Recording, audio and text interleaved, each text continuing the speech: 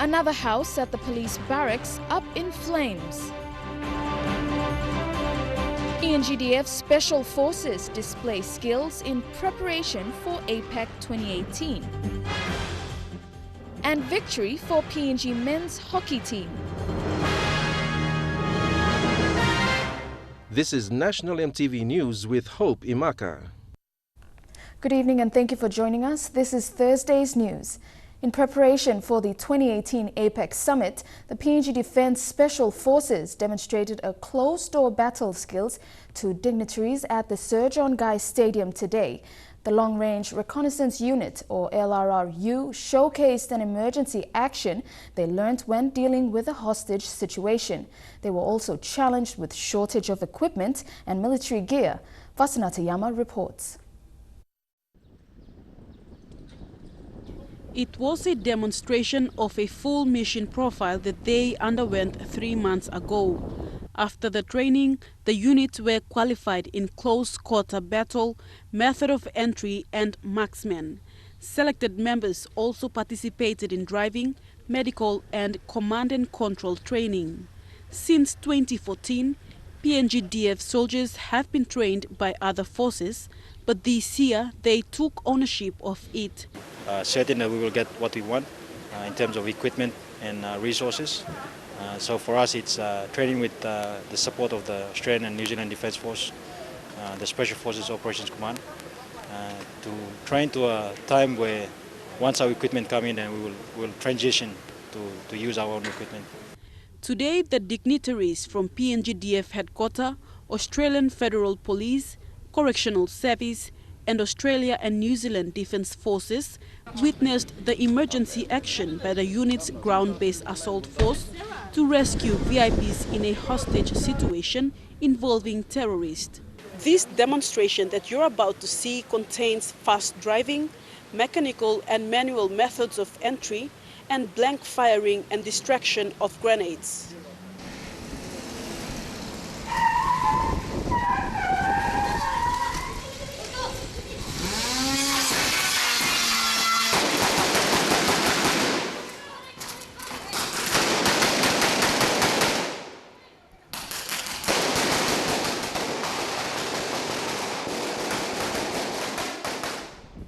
This demonstration showed how very important people were taken as hostages and were brought into a building where terrorists gave their demands and negotiations take place with PNG authorities.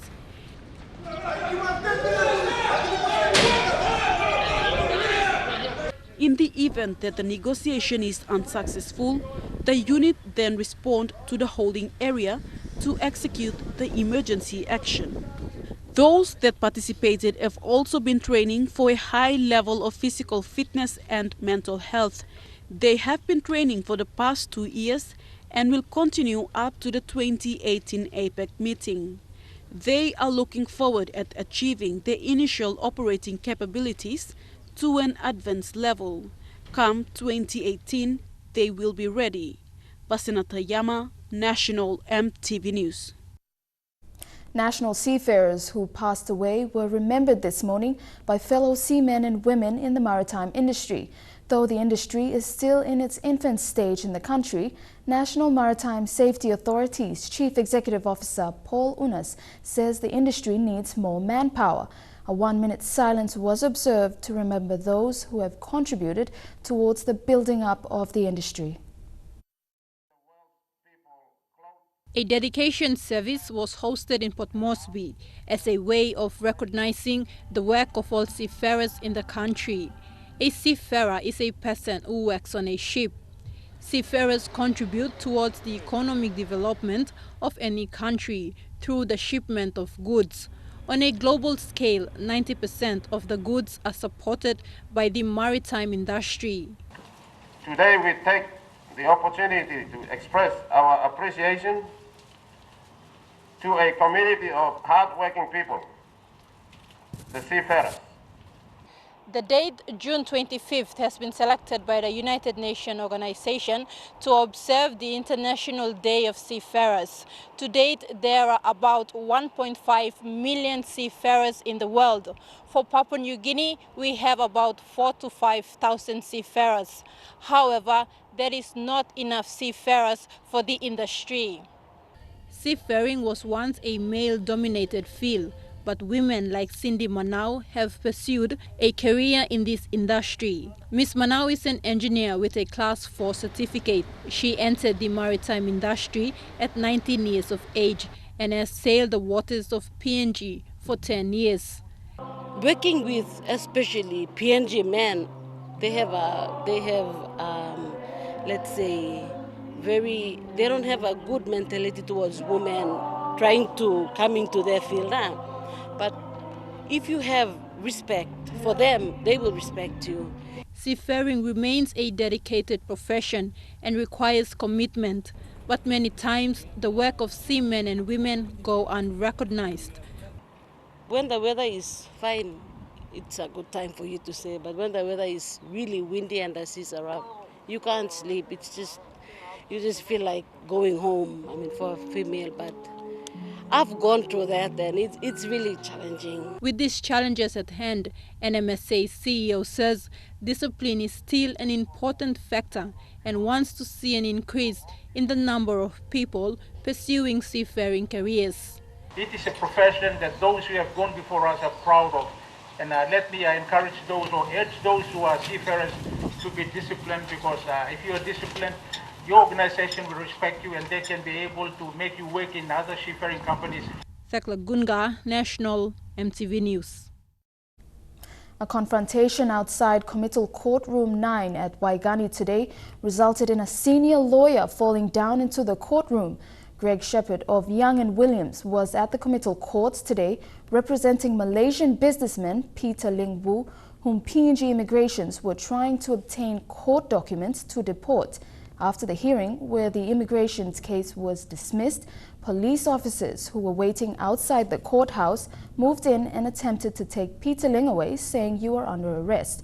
A confrontation with Shepherd ensued when Peter Ling and Shepherd resisted, which resulted in the police officers pushing Young and William lawyers away, prompting Shepherd's fall and Ling forced to follow them. Both Peter Ling and Shepherd were then put into a police vehicle and taken away. However, it is understood a national court order is in place to stay arrests on Ling. The Lay Chamber of Commerce business representative in the Morbet Tutumang has made a call for more assistance to Lay police. Nellie McClay raised the matter in the Tutumang, saying Lay police must get more help in order to reduce the spike in crime happening in Lay. She added that police must not be seen as a national function. McClay's comment comes after the two separate murders over the weekend.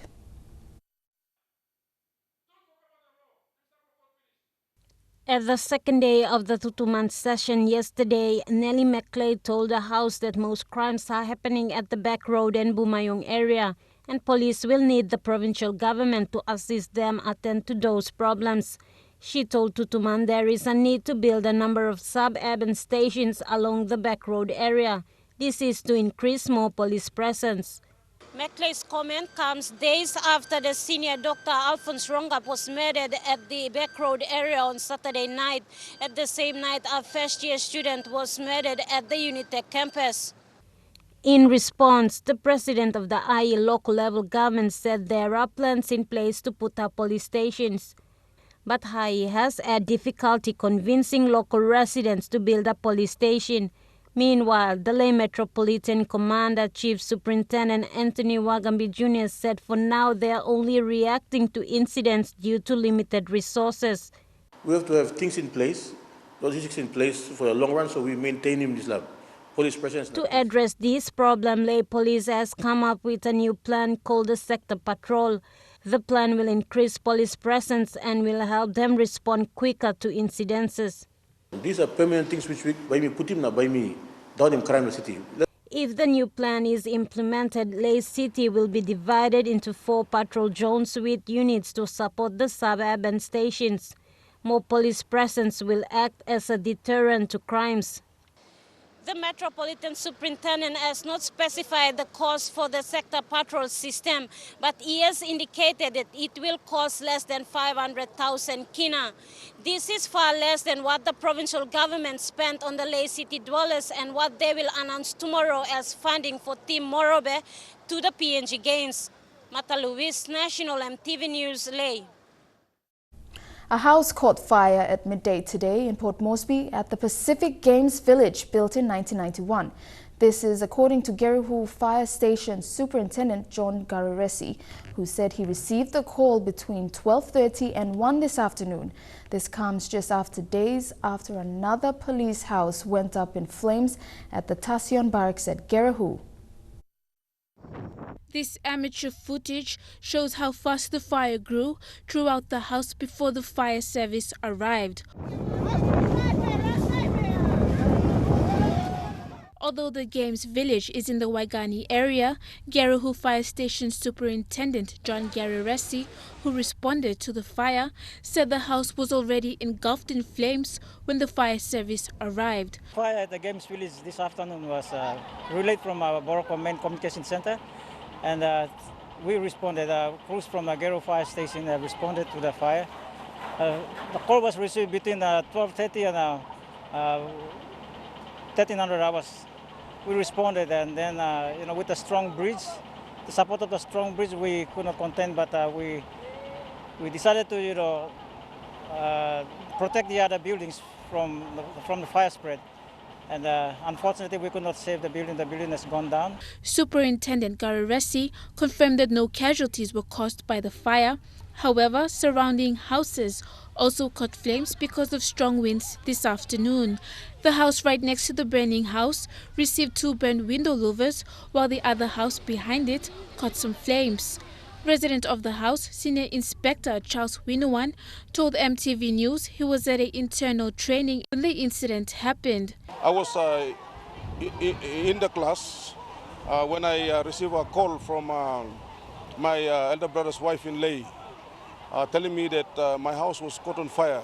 And then somehow I called my elder my elder daughter, Esther, and what she briefly told me was that she was in the shower room having her bath. While she was having her bath, the house caught on fire. So when she came out, she saw the fire started from my son's room. He said he lived in the property for more than 20 years. It housed 11 family members and now lost property valuing up to thousands of kina. I don't know where to sleep. I mean, especially me and my family, I don't know where to sleep, where to go. We have no clothes, we have nothing. But I'm towards forward if the lands and building people, if they could find an alternative accommodation for me and my family to move in. Marilyn Daukatam, National EMTV News. Among stories after the break, the opening of Stop and Shop Harbour City. Stay with us.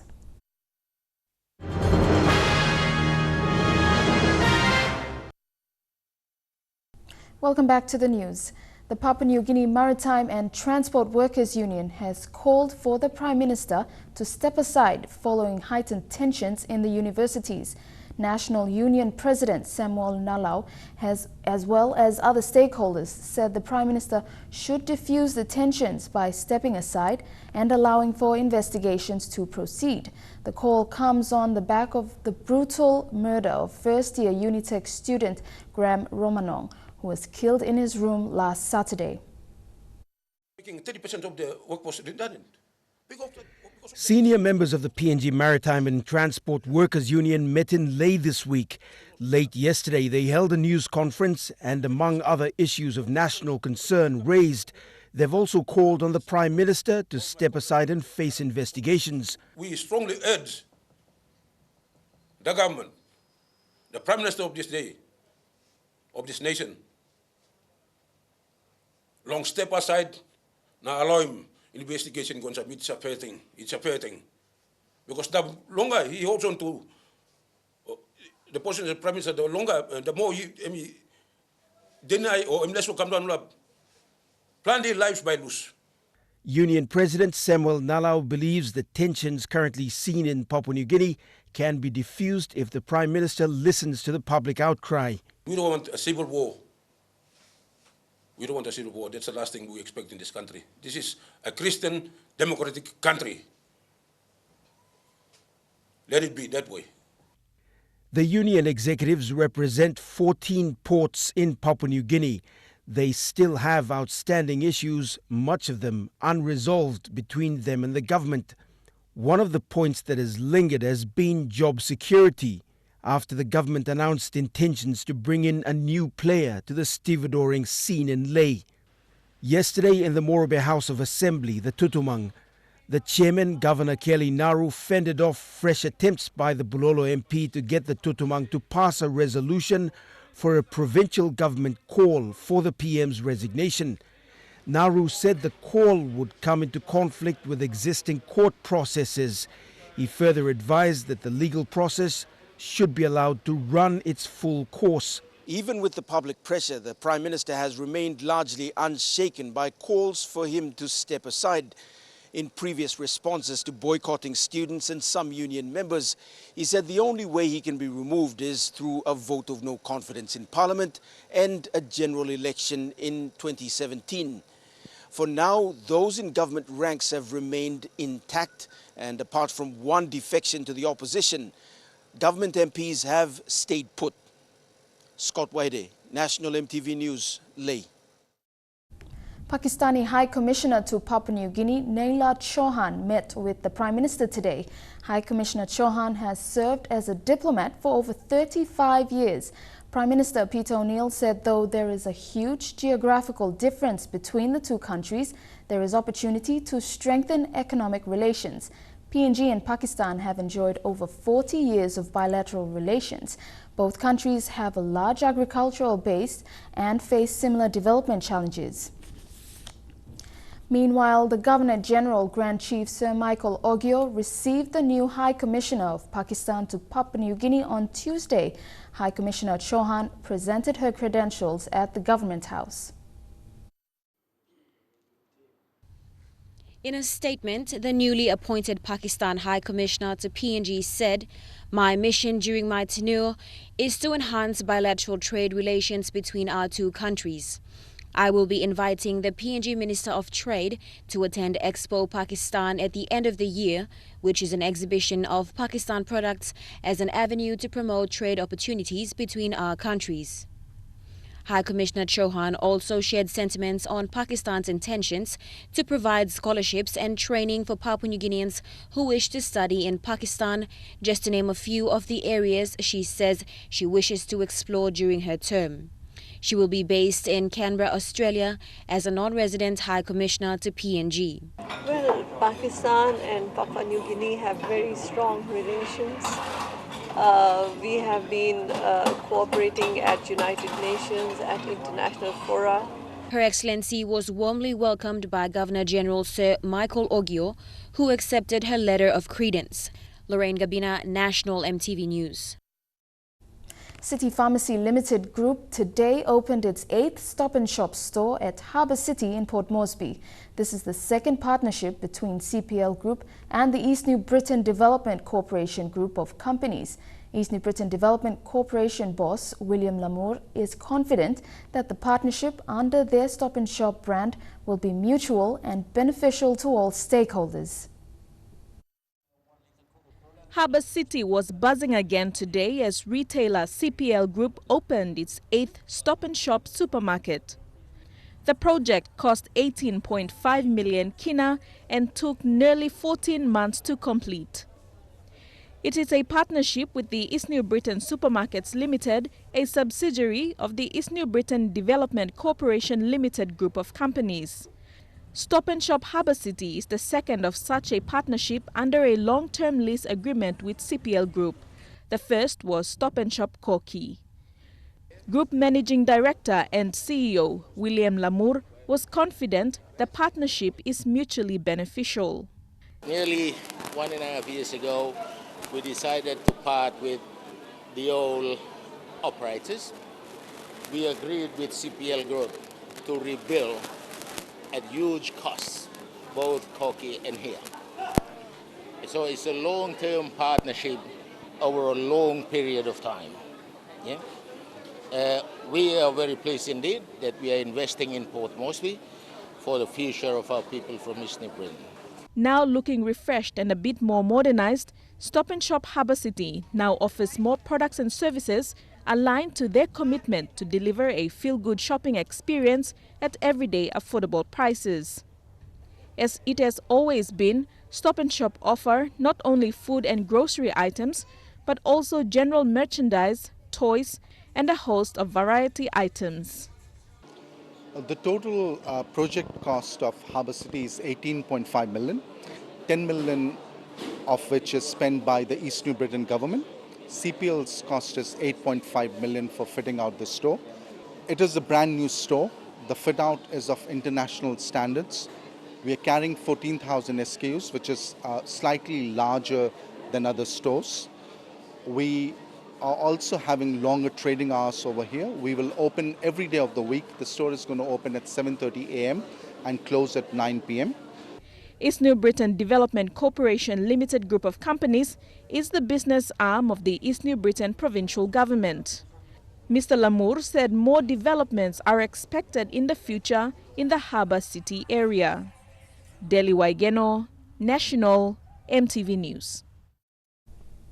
And now looking at our finance news, the kina closed unchanged at $0.3160 in the interbank market. At Bank South Pacific, your kina was buying $0.3085 $0.4113 Australian dollars, $0.2743 euro, and 31.36 Japanese yen. Looking at commodity prices at New York close, coffee and cocoa closed higher, gold closed lower, while copper closed the day unchanged. Palm oil and crude oil closed lower, while copper closed the day higher. And on the stock market, the Dow Jones closed at 269.48 points higher, the ASX closed at 80.5 points higher, and the All Ordinaries closed at 79.99 points higher. National MTV News continues after the break. Don't go away.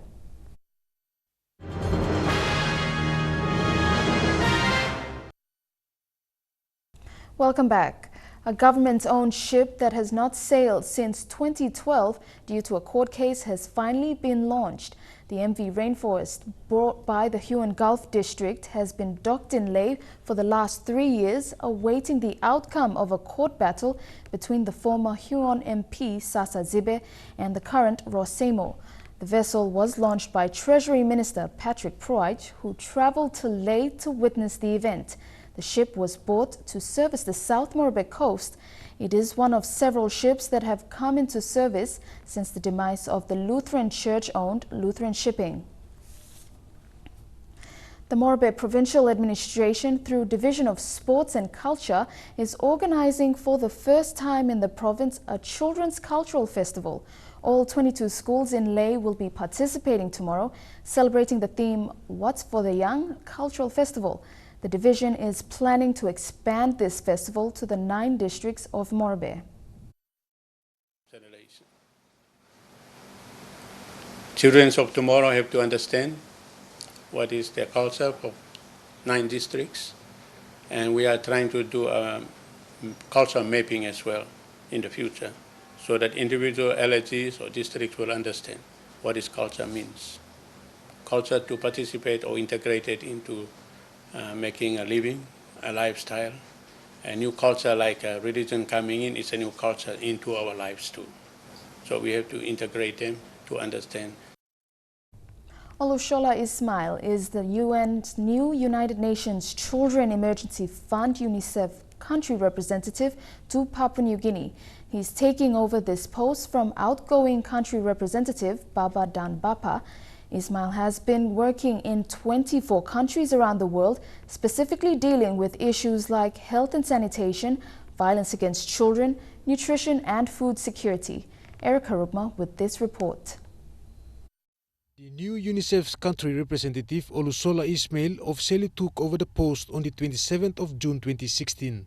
In a media conference yesterday, Ismail acknowledged the work of former representative Baba Dan Papa and said he will continue the same trend. He also thanked members of the media for imparting information relating to issues surrounding children in the country. Under his capacity, UNICEF will work together with the government, NGO organizations, donor agencies and the media to bring issues relating to children to the attention of policy makers. We are going to strengthen our relationship with the government, with the Ministry of Health, to see how we address all those issues relating or affecting the women and children of this country, and see how do we link them into what we're supposed to be achieving under initial concept of MDG. Ismail has had 24 years of experience, specifically in development program and humanitarian assistance in 8 countries. I've worked in India, I've worked in Uganda, I've had opportunity to work in Iraq. I was part of the team, that really supported the tsunami, in Maldives. I was in Syria, Afghanistan, Sudan, and here I am in Papua New Guinea. This is his 25th year with the UN and first in PNG. He said children are the basis for development and it is important to recognize them. In PNG, he is focused on child protection and hopes this will make an impact to end in child violence. Meanwhile, Ismail will be working for a period of 3 years in the country. Eric Arupma, National EMTV News. The Enga provincial government wants agriculture to be the driving force for the provincial economy. Sir Peter Ipata said this at the official launch of the Enga Agro-Industrial Centre. He said with millions already invested in the education sector, agriculture would now be the focus of his administration.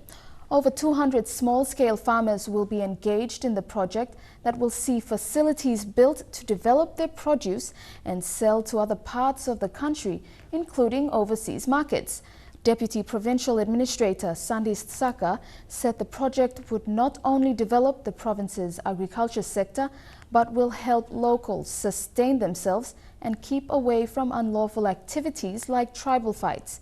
A plaque was unveiled by Governor Ipatas and Innovative Agro Industries Chairman Ilan Weiss to mark the start of project. The total investment is 23 million kina. Forever. Samu you plan it finish. Carrot you plan it finish. But problem long agriculture industry and long sim this place. Something you plan him long. Place you go to marketplace. You plan him Samu finish, but you know how long. Salim Samu blue go long Mosby. Salim Samu blue go Australia. Israel Karim this place technology come so that Samu blue lo Surunki, Samu blue lo Pilikambi, Samu blue lo Lagai Valley. But only process him long here, by preserve him long here so that Samu can go to Mosby, can go to New York, Sydney, so that by using good price lo Samu blue. Trukai Sports is next. We'll have results from Oceania World Hockey League and more. Stay tuned.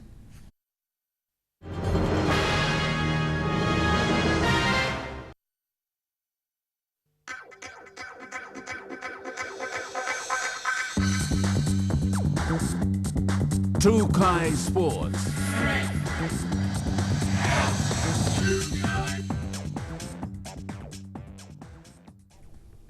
Welcome to Trukai Sports. The PNG men's hockey team secured 2 big victories over Tonga today in round 3 of the Oceania World League in Suva, Fiji. PNG opened today's matches with a 15-0 thrashing over Tonga, followed by a 1-goal draw to Solomon Islands and later an 8-1 win against Tonga again. The PNG women, however, lost their only game today against the tournament's strongest rivals, Fiji, 5-0, while Solomon Islands defeated Tonga 3-2. A new and expanded format for the 2017 OFC Champions League is on the cards and expected to take Oceania's premier international club competition across the Pacific. For the past 2 years, the competition has been hosted in a single venue. That is set to change in 2017 after the OFC Executive Committee approved a format that will split the competition into 4 stages. Stage 1 will be the preliminary competition for the National League champions of American Samoa, Cook Islands, Samoa and Tonga, which will open the competition calendar in 2017. For the first time, 2 teams from this competition will progress to Stage 2. The group stages of the OFC Champions League, both preliminary winner and the runner-up. In another thirst for the competition, the Stage 2 will be contested by 16 teams, 2 each from Fiji, Solomon Islands, Tahiti, New Caledonia, New Zealand, Papua New Guinea and Vanuatu, which will be drawn into 4 groups, each one hosted in a different venue. A round-robin league system will be adopted to determine the top team in each group.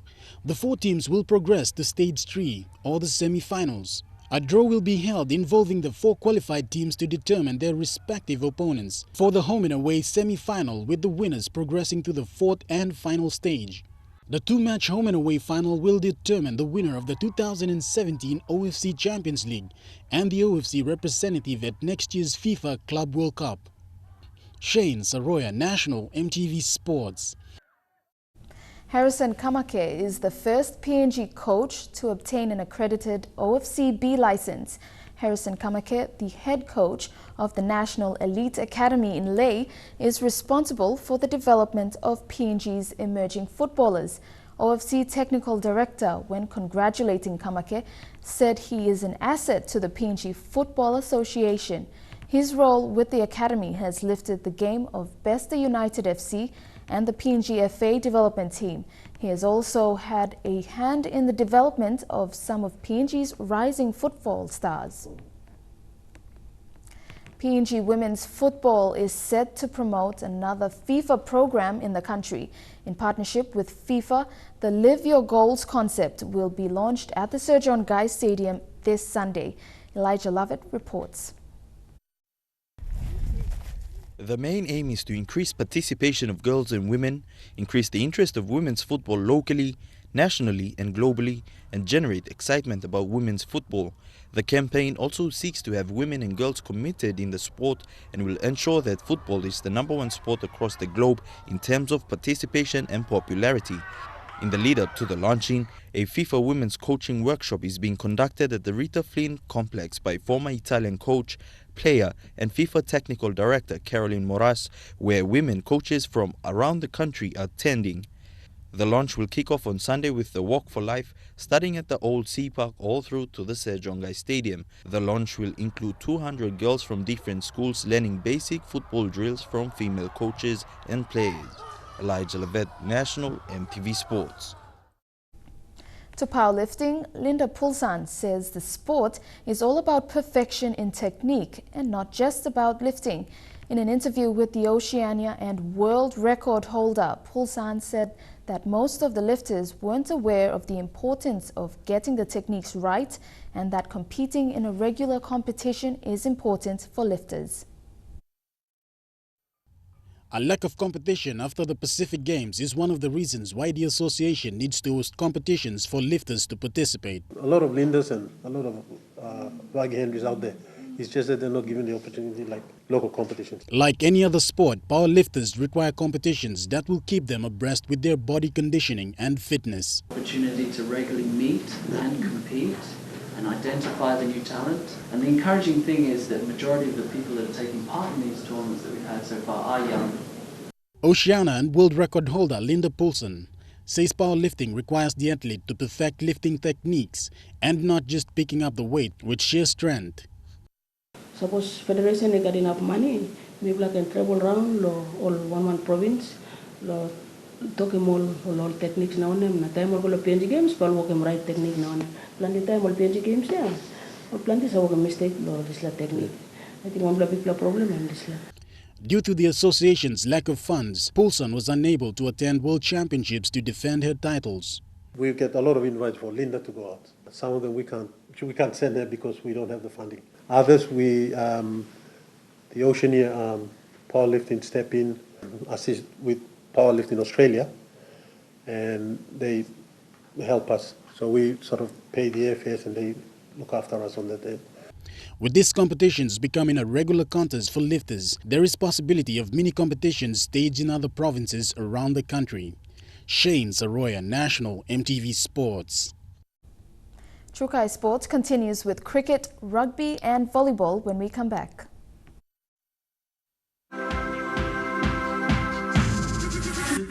Trukai Sports. Welcome back. In cricket, the Lewas are confident they will retain their top spot in the region at the International Cricket Council. East Asia Pacific Regional Women's Qualifier in Samoa. Led by Captain Pauke Siaka, the team resumed training this week in preparation for the qualifiers beginning July 15th.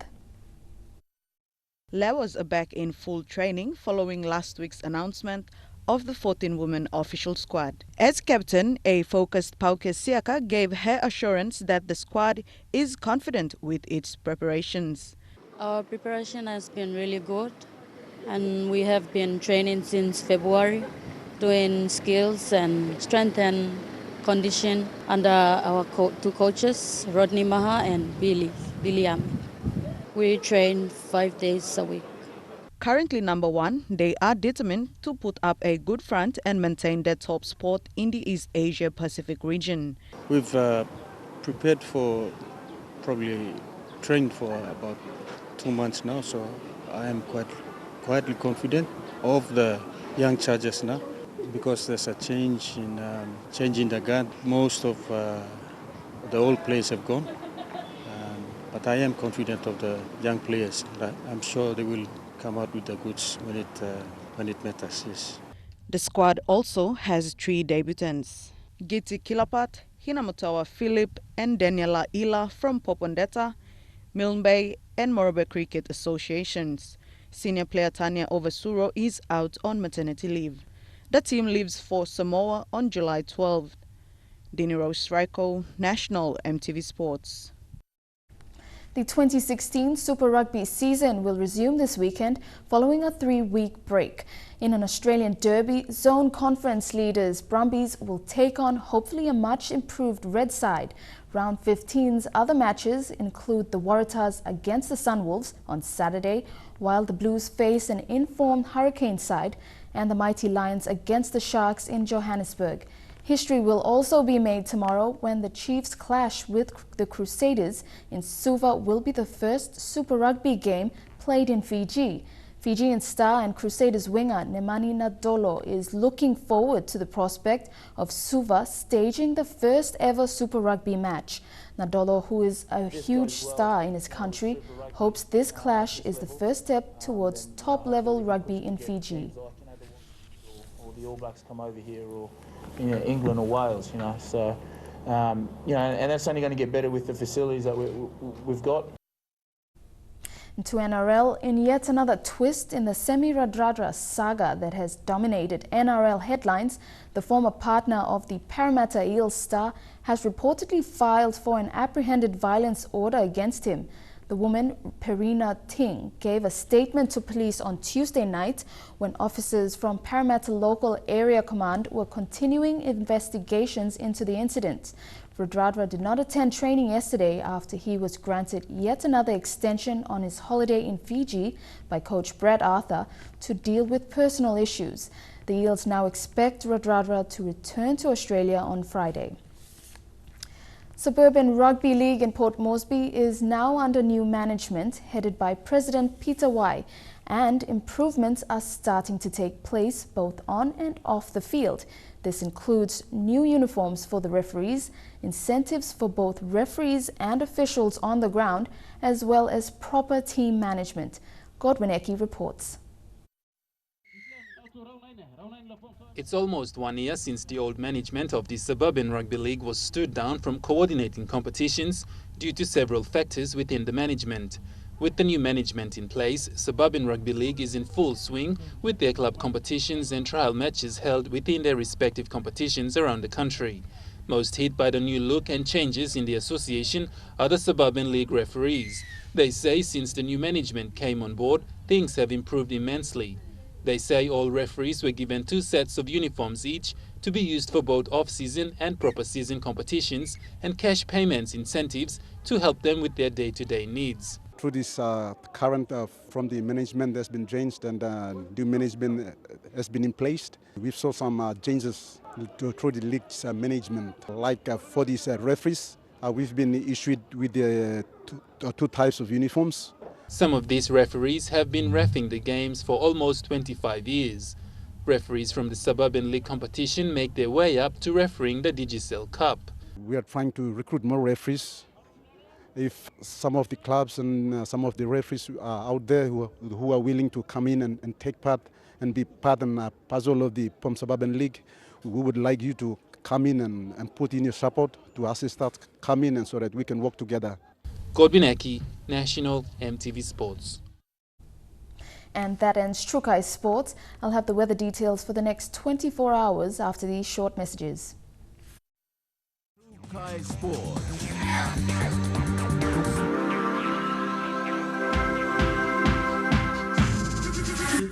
True Kai Sports.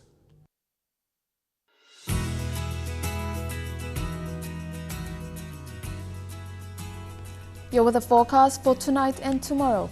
In the southern region, fine weather for Port Moresby, Kerema, Alatau and Popondetta, and fine and windy for Daru. In the Momasa region, mostly fine tonight with some showers tomorrow for Lae, some showers for Madang, some showers as well with occasional thunderstorms for Wewak and Vanimo. In the New Guinea Islands, squally rain for Lorengau, Kavieng, Kokopo, Rabaul and Kimbe, and possible showers for Buka. And in the Highlands region, light showers then morning fog for all centres.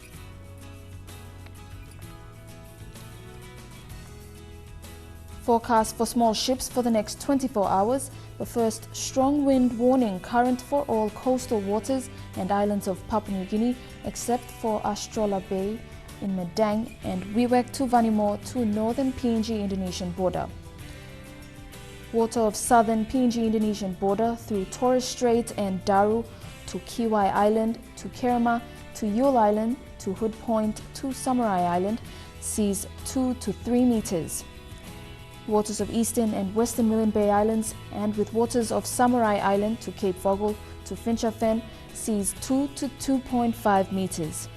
Waters of Finchafen through Vitis Strait and Dampier Strait, Siasi Islands, to Long Island to Karkar Island, and with waters of West New Britain, seas 2.5 to 3.5 meters. Waters of Madang to Bogia to Wewak to Aitape to Vanimo and northern PNG Indonesian border, seas 0.5 to 1.3 meters. Waters of Manus and its western group of islands, and with waters of New Island to East New Britain to Bougainville, seas 2.5 to 3 meters.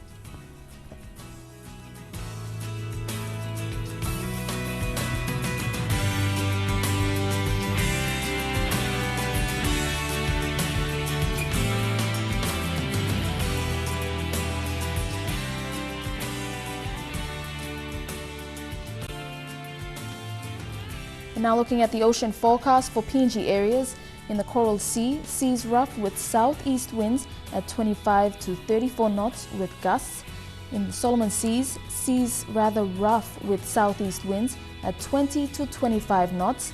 And in the Bismarck Sea, seas rough to very rough with southeast winds at 25 to 48 knots with very strong gusts. And in the Pacific Ocean, seas slight to moderate with east to southeast winds at 10 to 25 knots, tending southwest over north of the equator.